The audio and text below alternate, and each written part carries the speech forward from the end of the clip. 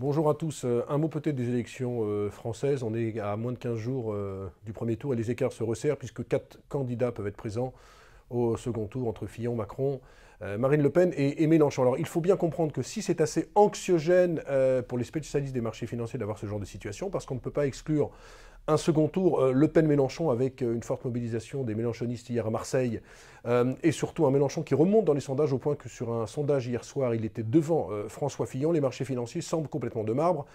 Certes, il y a quelques prises de bénéfices à Paris, mais elles sont plutôt dues à un marché américain qui est un petit peu patiné pour cause de mauvais chiffres du chômage américain qu'autre chose. Sur le marché obligataire, je vous encourage vraiment à regarder tous les jours ce marché obligataire, notamment le spread de taux entre la France et l'Allemagne. On a un taux allemand à 23 points de base sur le 10 ans et on a un taux français à 93 points de base. Ça fait 70 points de spread, c'est-à-dire 70 points d'écart entre les deux. On est loin des plus hauts atteints au plus fort du Penelope Gate. N'oublions pas qu'on était à plus de 80 points de base d'écart, avec un 10 ans français qui dépassait les 1,10%. Alors je ne veux pas vous faire peur.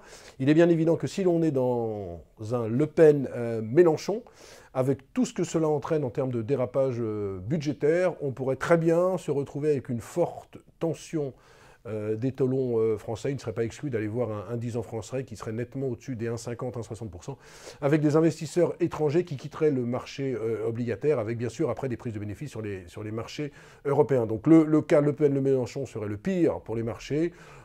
Pour le reste, en tout état de cause, quel que soit le cas de figure, c'est-à-dire les autres situations, par exemple un Fillon-Mélenchon ou un Macron-Le Pen notamment, comme dans ce cas de figure, ce serait plutôt les candidats, non pas des partis traditionnels, mais de la droite pour Fillon ou Macron pour En Marche qui remporterait l'élection selon tous les sondages.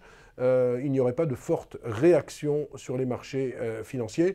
Il est intéressant de voir qu'il y a beaucoup d'anxiogénéité dans la presse française, notamment aujourd'hui avec l'intrusion de Mélenchon sur des niveaux importants. Mais sur les marchés financiers, pour l'instant, c'est le calme qui prévaut encore. Certains investisseurs voient toujours comme hypothèse un Emmanuel Macron qui serait élu à l'Élysée le 7 mai prochain.